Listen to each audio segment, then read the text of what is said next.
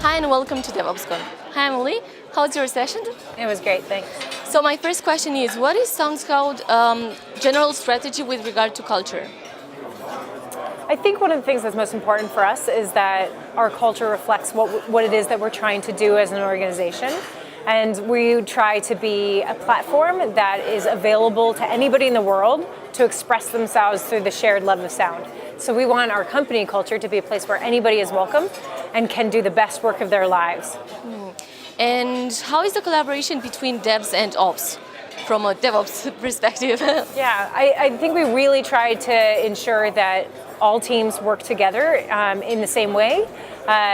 So there's a huge amount of collaboration that happens amongst all of our teams. We have monthly meetings where everybody gets together to talk about what it is that everybody's working on and to do check-ins. And so there's a really good flow of information and process because it's super important with any of these cross-team collaboration projects that the flow of information is smooth because you're constantly trying to prioritize a lot of different things. And speaking of that, how do you meet employees' needs? That is a broad question. How do I meet employees' needs? Employees' needs, that's, again, if you think about the entire spectrum from the minute an employee walks into an office in the morning until they leave in the evening, their needs may be feeling recognized for their work. It may be that they need to be promoted. It may be that they need to have friendships in the workplace. It may be that they need to have their ergonomics needs addressed, their health needs. So we actually really strive to develop programs to meet each of those life cycle needs for employees for the entire time that they're with us at SoundCloud. It's a very broad project, but we care deeply and put our employees first and at the center of everything. And so we're always striving to understand what it is that people are going through and what they need at any given time. And do you perhaps have a few examples about the elements that cause friction? From a cultural perspective, Yeah, of course. Elements that cause friction. I think that the elements that cause frictions are also the things that make it beautiful. We have 31 different languages that are spoken at headquarters alone.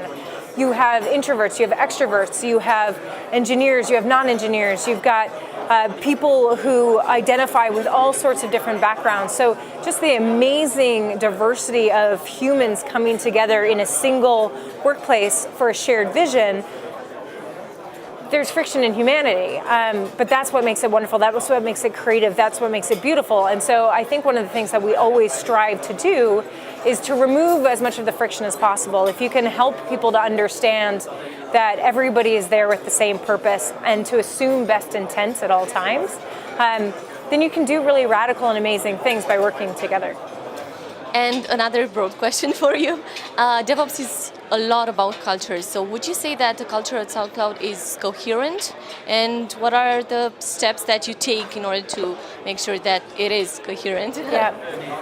I think working at SoundCloud, culture is something that we try and build every single day, and it's evolved as we've evolved as an organization. Culture may look like one thing when you're 7 people and working till 3 in the morning. It may look like something very different when you are an aging organization who has families and children and external responsibilities. I think our commitment to the employees that work there and the passion that they have for what they're doing is really what makes our culture really special and is what's going to help it continue to evolve over time. Super. And I have one last question. I was wondering, what is your first tip, most important tip with regard to making cultural changes happen? I think the most important tip when thinking about how to make cultural changes happen is buy-in, is really ensuring that these aren't top-down decisions that are just made, but they're made for a reason. We've used a variety of different tools to help us understand the emotional needs of our employees as it pertains to the workplace. What are they feeling we're lacking as an organization? What do they need from leadership? What do they need from their managers?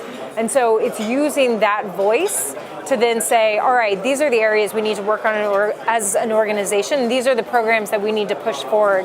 When anything that you do as an organization is garnered from the employees, that's when really great things come out of it. And that's what makes culture really special and it's important. culture isn't something you can top down just put on people. It's something that needs to come up from the people themselves. And all the parties need to be involved. Exactly. Super. Thank you very much and enjoy the conference. Yeah, thank you so much.